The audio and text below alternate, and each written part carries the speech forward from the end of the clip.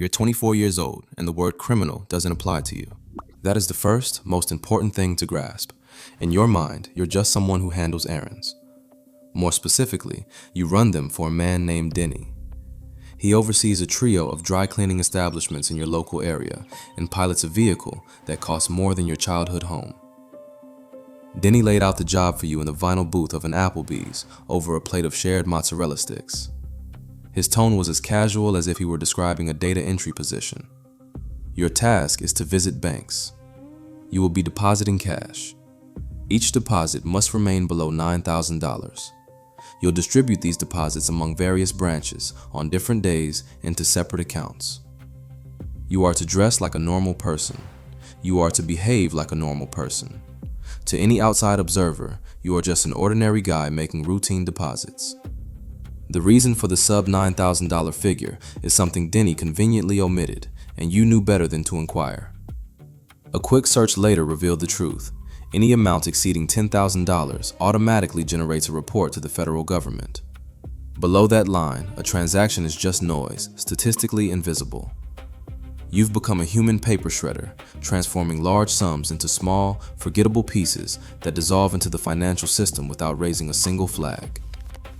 Your compensation is $200 per day, delivered in cash, naturally. You do this 3 times a week. You even keep your day job at the mobile phone store, because Denny's primary instruction was to maintain your current life with 0 alterations. Don't increase your spending. Don't change your routine. Just be boring. The advice feels like it's from a high school guidance counselor, but you follow it. Denny possesses the quiet confidence of a person who has already considered every outcome. Level 1. The Smurf. The initial month passes without any notable incidents. You cycle through 14 different bank locations spanning 2 counties. You rotate your jackets. You park your car a block away from the entrance. You engage in small talk with the tellers about the weather, your heart rate only slightly faster than normal. No one gives you a second glance. You're just a young man putting money into an account, an event that occurs tens of thousands of times daily across the country. During the second month, a teller at a downtown Wells Fargo branch asks you a simple question, purely as conversation. "Saving up for something big?" she says with a smile. "A new car," you reply, forcing a grin. She smiles back. The transaction finishes. Afterwards, you find yourself sitting in your car for 4 solid minutes, hands gripping the steering wheel, completely still. Her question was nothing. It was meaningless, idle chatter. You understand this logically. Your body, however, does not. It processed the interaction as a full-blown interrogation. You drive back home. You prepare and eat your meal. You watch some TV. You tally up $1,200 in cash from the last 2 weeks, folding it neatly into a shoebox hidden under your bed. Funneling your own illicit earnings into a bank account strikes even you as a bit too ironic. By the 4th month, the anxiety of dealing with bank tellers has faded. You've cultivated a sense of professional distance. These are just business dealings. You are merely a courier. The money doesn't belong to you. The associated risk feels like something you've only borrowed, a temporary weight that belongs to someone much higher up the organizational ladder. This is the fundamental deception of the first level, convincing you that the risk is never truly yours. 6 months into your new career, a man named Trevor, who performs the same task for Denny, is arrested. It wasn't for the deposits themselves, it was for talking. He described his work to his girlfriend in enough detail that she confided in a friend, who then told another person, who eventually told the wrong person. Now Trevor is looking at federal conspiracy charges for a job he believed was simple errand running. Denny cuts him loose without so much as a phone call. There's no lawyer, no assistance, no recognition that Trevor was ever in his sphere of influence. That same afternoon, Denny calls you. He instructs you to take a 2-week vacation. Cease all activities. Go somewhere else. Be seen somewhere else. You drive to your cousin's house in Ohio and spend 14 days mending a fence and contemplating Trevor's fate. You think about the $200 daily pay. You think about the shoebox stashed under your bed, which now holds $8,400. You think about the term conspiracy and its implications under federal sentencing guidelines. You return. You resume your work. You do this because $8,400 is a tangible reality, while conspiracy remains an abstract concept. And somehow, you are still managing to not see yourself as a criminal. This is the nature of the first level. You linger there longer than you should because it's comfortable, and the danger presents itself with a remarkably ordinary face. Level 2, the architect. 3 years have passed. Denny now trusts you enough to reveal the next layer of the operation. You find yourself in the back office of the dry cleaning location on Farwell Avenue, the one with the stained ceiling tile and the mini fridge stocked exclusively with Red Bull. Denny unrolls a piece of paper onto his desk. It's a diagram, but not for any legitimate company. It's a map of how money travels, where it ends up, and what it transforms into. He explains the fundamental flaw with smurfing. It's effective, he admits, but it leaves behind a trail of digital breadcrumbs. Repetitive cash deposits by the same individuals create distinct patterns in banking data. Government agencies now employ systems designed specifically to detect those patterns.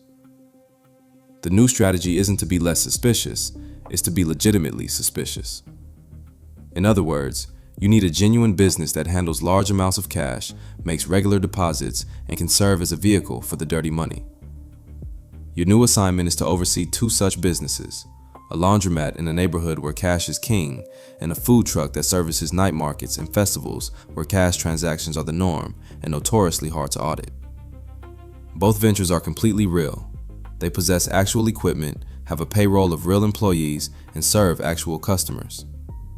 They also absorb a specific amount of cash from Denny's main operation each week, which is then blended with their legitimate revenue, recorded as income, taxed, and deposited as clean funds. The official term for this is commingling. You are mixing illicit funds with legitimate earnings until the dirty money becomes indistinguishable. You acquire a practical education in accounting. You learn the financial profile of a thriving, cash-heavy business, and you master the art of shaping your financial records to match that profile. You discover which expense categories can absorb cash without triggering red flags. You realize the IRS hunts for anomalies, not for averages, so your primary goal is to keep everything looking average. Revenue that spikes too quickly is a warning sign. Revenue that is perfectly flat year over year is also a warning sign. Real businesses are imperfect. You learn to make your numbers messy in very specific, calculated ways. You bring on an accountant named Susan who is blissfully unaware of the true nature of the operation, and a second accountant, Philip, who understands it completely. Philip's services cost 3 times as much as Susan's, and he communicates solely through a lawyer. You never meet him in person. He receives and returns documents ensuring his fingerprints are never on the money, and technically, neither are yours. You are a manager, a small business proprietor. You work long, regular hours, and your hands often carry the scent of commercial detergent from the laundromat. Lisa, the woman you've been dating for 8 months, believes you're a dedicated entrepreneur. You let this perception flourish because it's close enough to the truth to be maintained without much effort. You do own businesses. They do turn a profit. That income covers your rent, her birthday gifts, and the weekend getaways to the coast she loves to post on social media, complete with captions praising small business owners. The food truck becomes your favorite part of the enterprise, and not for any illicit reason. You genuinely enjoy running it. You hired a chef named Rosario who crafts birria tacos that draw crowds of 40 people on weekend evenings. The truck would be profitable even without the extra cash infusions. You reflect on that occasionally, the idea of just running the food truck and abandoning everything else. But the rest of it is where the real money is. And you've discovered you're good at this part. The organizational aspect, the strategic thinking, the part where you can see complex systems and figure out how to make them invisible. Denny promotes you. That's the term he uses. It's a promotion. You are now in charge of the cleaning operations for 2 other individuals in Denny's network. People whose names you'll never know, whose faces you'll never see, and whose cash is delivered in duffel bags to a highway-sized storage unit every Tuesday. You begin to earn serious money. Not cartel money. Your money. Your cut of the cleaning fee, paid in cash, which you then convert through your own businesses and declare as taxed, legitimate income. You are now laundering your own laundering fees. The recursive nature of it all would be comical if it wasn't the kind of detail that adds years to a federal prison sentence. 2 years into this level, the IRS sends a routine inquiry regarding a revenue discrepancy at the laundromat. It's not a full audit, just a letter asking about a single quarter where the figures were slightly off. Philip handles it through his lawyer. The response is exhaustive, meticulously documented, and utterly convincing. The IRS closes the inquiry within 6 weeks. You shed 4 pounds from anxiety during that period and regain them the day the closure confirmation letter arrives. To celebrate, you take Lisa to a restaurant where dinner for 2 costs $400. You pay with cash. The waiter doesn't bat an eye. Nobody does. That's the skill you've perfected, moving through the world without any sharp edges that might catch on anything. You start to grasp that the actual crime is almost a footnote to the brilliance of the architecture. Anybody can generate dirty money. The true talent, the rare and valuable skill, is making it clean. You are the infrastructure. You are the component the entire enterprise cannot operate without. That thought, your own indispensability, is the most dangerous idea you've had in years. You're 31 and Denny has vanished. Not arrested, not dead, simply gone. He exited the way smart players do when they sense a shift in the atmosphere. He called you one morning from an untraceable number, told you the operation was now yours to manage and maintain, and disconnected before you could ask a single question. A couple of weeks later, a rumor surfaces that he's in Portugal, unverified but consistent with what you know of Denny's meticulous planning. He left you the entire network, the businesses, the contacts, the relationships with the people whose cash fills the duffel bags. He left it to you because you were the only one in his organization who understood the complete architecture. The first month is consumed by sheer terror. The second is dedicated to practical adjustments. And then you begin to build. The laundromat and food truck were simple tools. What you are designing now is a full orchestra. Over the next 18 months, you establish 4 new enterprises: a real estate holding company that acquires distressed properties, renovates them using contractors paid in cash, and then sells them at full market value, converting huge sums into documented capital gains. A small art gallery in a rapidly gentrifying district where prices are subjective, clients are affluent, and high-value cash transactions are commonplace. A consulting firm that offers services to other cash-heavy industries, generating invoices for work that is sometimes thorough and sometimes purely theoretical. And a legitimate, fully operational restaurant, profitable in its own right, which you own because restaurants are natural cash funnels and because Rosario earned a real kitchen. Each business is legally registered, each one operates openly, and each one serves a hidden secondary purpose, absorbing cash at different rates based on operational requirements. The money flows into the system as revenue and flows out as clean capital, ready to be invested, transferred, spent, or inherited. You employ 3 individuals who know precisely what they are doing. You refer to them as consultants. They provide expert advice on corporate structure, international transfer methods, and the strategic use of correspondent banking and shell company havens that exist for the sole purpose of providing the infrastructure you require. One of them is a former banking regulator who left public service for private consulting and refuses to explain why. His hourly fee is astronomical. His value is immeasurable. The clients you serve are more diverse now, extending beyond Denny's original network. Referrals have started coming through channels you never solicited. You're now a service provider for operations in other cities, run by people whose primary business you make a point of not knowing. You are a professional, a highly specialized accountant for industries that operate outside the tax system. Lisa discovers a deposit slip in one of your jacket pockets. The amount is substantial. She brings it up at dinner, her voice measured, as if she's been rehearsing the question. You explain the real estate company, the properties, the capital gains, the legitimate paper trail. Every word you say is technically accurate.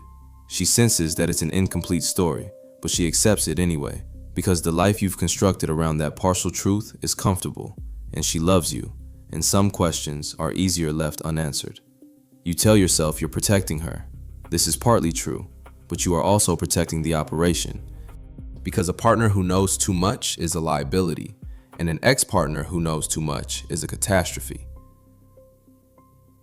The FBI's local field office opens a financial crimes investigation that, as you'll discover years later, is peripherally connected to one of your clients. Not you directly. An analyst at the bureau starts pulling real estate records from a 3-county area, searching for patterns in cash purchases. Your holding company pops up in the data. It appears clean because, on paper, it is, but it also appears twice in flagged transaction networks. An analyst with unlimited time and a powerful pattern recognition algorithm begins constructing a link diagram. You are oblivious to this. You'll find out much later the way you learn most critical things about your own life, after the fact, in a document prepared by someone else. You continue building. The architecture grows more sophisticated, reaching an international scale. A company is formed in a jurisdiction with no requirement to disclose beneficial ownership. Funds are moved in ways that are technically legal in their country of origin, technically legal in their destination country, and completely obscured in the space between. You're not trafficking drugs. You are not directly hurting anyone. You've constructed an entire philosophy around this distinction that allows you to sleep at night. The consulting firm is audited. It's a routine check. Your former regulator turned consultant handles the response. It is flawless. The audit is closed. You spend 3 weeks unable to eat properly and then slowly return to normal. You contemplate an exit strategy. You have enough. Technically, numerically, definitively enough. The legitimate real estate holdings alone constitute a net worth that most people would happily retire on.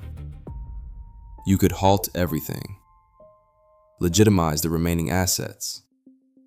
Sever the client relationships.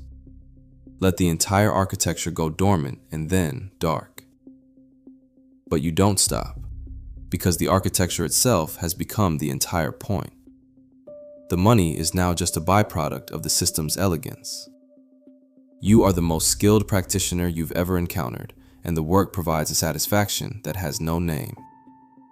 You are an artist who cannot cease creating, even when the gallery is already full. That is what Denny would have warned you about if he had stayed long enough. Not the FBI, the art. Level 3, the ghost. You are 38, and in all the ways that count, you no longer exist. Your name appears on nothing. A complex web of nominees, attorneys, and registered agents holds title to every business, every property, and every account. On paper, you are a man of humble means, with a sparse financial history and no noteworthy transactions. In reality, you command the movement of between $4 and $7 million per month through a cleaning operation that now spans 3 continents. You travel extensively: Geneva, Panama City, Dubai, Luxembourg, cities that hold specific meanings for those who move money professionally. You conduct meetings in the lobbies of grand hotels, at the bars of exclusive restaurants, and, on one occasion, aboard a yacht in the Mediterranean owned by someone whose name you were never told. You are invariably well-dressed. You always select a good vintage of wine, and you consistently listen more than you speak. These are the disciplines of your trade. Lisa is gone. It wasn't a dramatic departure, but a gradual erosion over 2 years of conversations that circled the truth she couldn't articulate and you refused to confirm. She pieced together just enough of the picture for it to become unbearable. She left on a Tuesday with 3 suitcases, her cat, and a stoic composure that told you she had made the decision weeks before acting on it. She never threatened you. She never went to anyone. She simply left.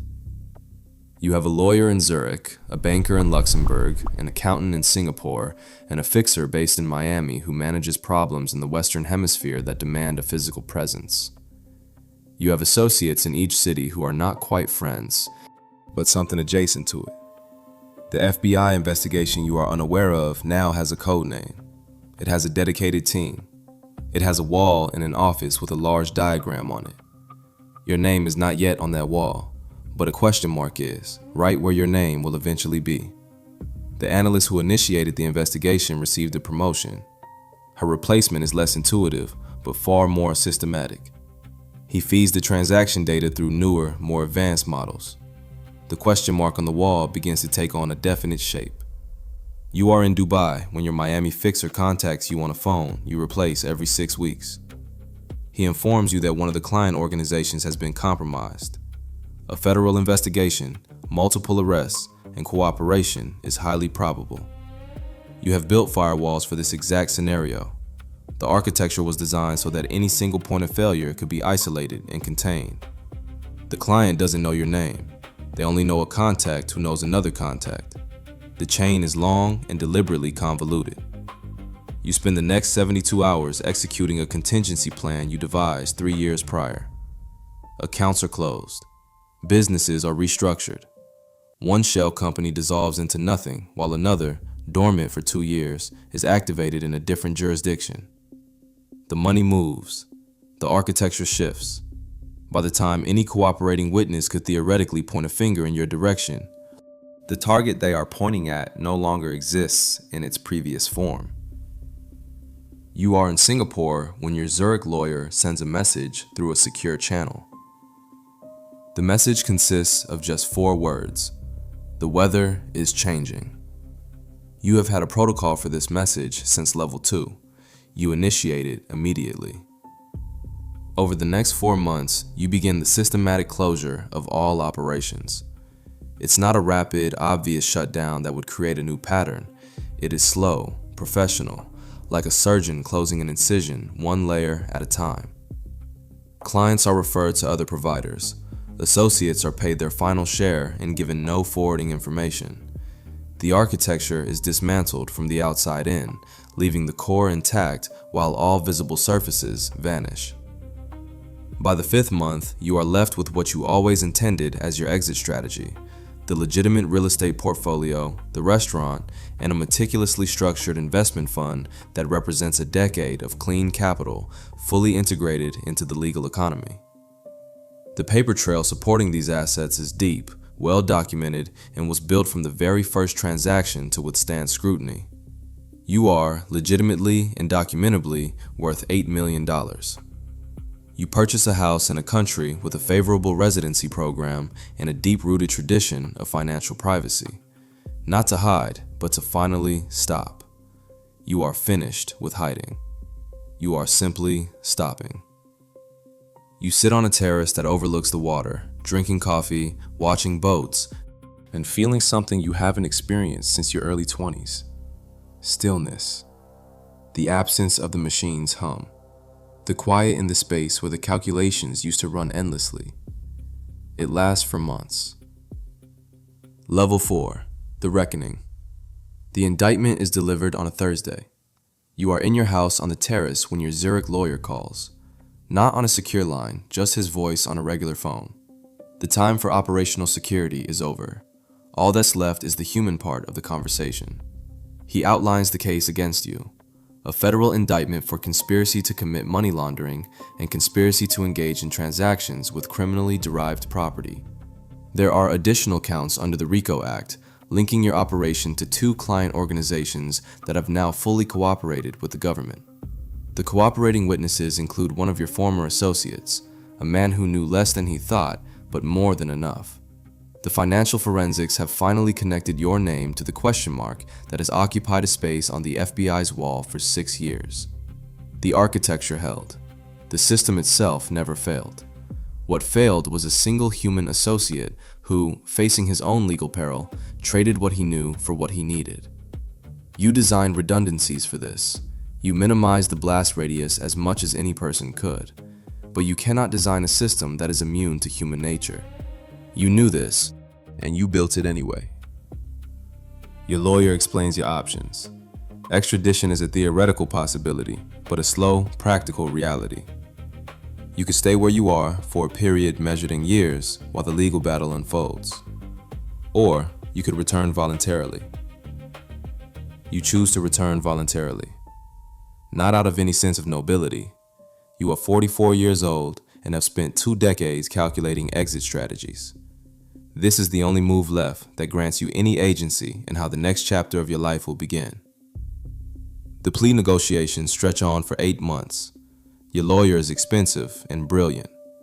The government's case is solid on the conspiracy charge, but somewhat circumstantial regarding your direct participation. You refuse to cooperate against your former clients. This isn't about loyalty. It's because the clients are more dangerous than the government. The government can only take your freedom. The clients can take other things. You are sentenced to 14 years in federal prison. With the 85% minimum serving time, you will be incarcerated for just under 12 years. The $8 million in legitimate assets is mostly forfeited. What your lawyer manages to protect is a modest sum, enough to survive on after your release, but not nearly enough to rebuild anything resembling the life you once had. The restaurant, however, survives. Rosario kept it afloat through the entire ordeal. She now owns a majority stake in it. Your lawyer structured that deal during the plea negotiations. For a reason you can't fully articulate, that was important to you. Prison at 44 is not the same as prison at 24. Your body feels every single indignity. Your mind, trained for 2 decades in sophisticated pattern recognition, has nothing to analyze and begins to turn inward in uncomfortable ways. You sleep poorly for the first year. You read voraciously. Biographies of people who built empires, lost them, and then built something different. In your second year, you start teaching a financial literacy class to other inmates. It's not intended as penance, though it may function as such. You do it because thinking about these concepts keeps your mind from atrophy. Because men who can grasp compound interest and basic accounting have slightly better odds at whatever comes after this. The class becomes popular. The warden approves it, seeing it as a form of rehabilitation, and perhaps it is. You're not yet sure. You have a daughter. She was 12 when you were sentenced. You never raised her. Her mother, a woman you were with briefly during level 2, handled that completely and well. Your daughter writes you 3 letters. They are brief and cautious, the letters of someone trying to determine if you are worth knowing. You respond to each one with more care than you have ever given to anything in your life. Her 4th letter arrives in your 6th year. It's longer. She is 18 now. She asks you why. Not in an emotional or accusatory way. She wants to understand the logical steps that led to your choices. You spend 2 weeks composing your response. You explain the architecture. You describe how each level felt like a professional advancement, like applying a real skill to solve a real problem. You explain what was lost at each stage, the growing chasm between the story you told yourself and the actual truth. She replies in 3 weeks. She writes, "I'm studying economics. I want to understand how systems fail." In year 9, you receive a letter from a former client. It's not about business, just a letter. He's out. He's somewhere doing something he doesn't describe. He mentions he heard you were running the financial literacy class. He says he finds that funny. In your response, you agree that it is, in fact, somewhat funny. In year 11, your daughter visits you. She is 23. She has your eyes, her mother's composure, and a graduate degree in financial regulation. She now works for an agency you spent 2 decades designing systems to evade. The symmetry of this is not lost on either of you. You sit across from each other as she asks you questions, like someone who has been preparing for this single conversation for years. You answer all of them. Some of the answers are things you are saying aloud for the very first time. Some of them, when you hear them in your own voice, sound different than they did as mere thoughts.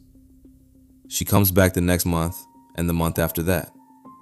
You are released at the age of 56. The parole conditions are standard. You report to your officer weekly. You are prohibited from working in financial services, a restriction that covers nearly everything you know how to do. You cannot associate with known felons, which covers nearly everyone you used to know. Your parole officer is young enough to be your child. She is thorough, fair, and completely unimpressed by you, which you find strangely comforting. 6 months after your release, your daughter comes to visit you at your small apartment. She brings food. She sits at your kitchen table. You eat, and you talk about her work, which now involves identifying structural vulnerabilities in anti-money laundering compliance systems. She asks if you miss it. You think about the terrace with the ocean view. You think about the lobbies in Geneva, the banker in Luxembourg, the fixer in Miami. You think about the architecture, the sheer beauty of a system that can move millions of dollars invisibly. You tell her you miss the thinking. The work itself, not the crime, but the cognitive challenge of building something that complex. You miss that part. But the rest of it, the life it cost, the years it stole, the distance it created between you and her, the version of yourself that became so enmeshed in the machine that you mistook the machine for a life. You don't miss that part at all. She nods, filing this information away with the precision she applies to everything. She stays for 3 hours. As she leaves, she hugs you, something she has never done before. It's brief, practiced, the hug of a person still calculating the cost of this relationship.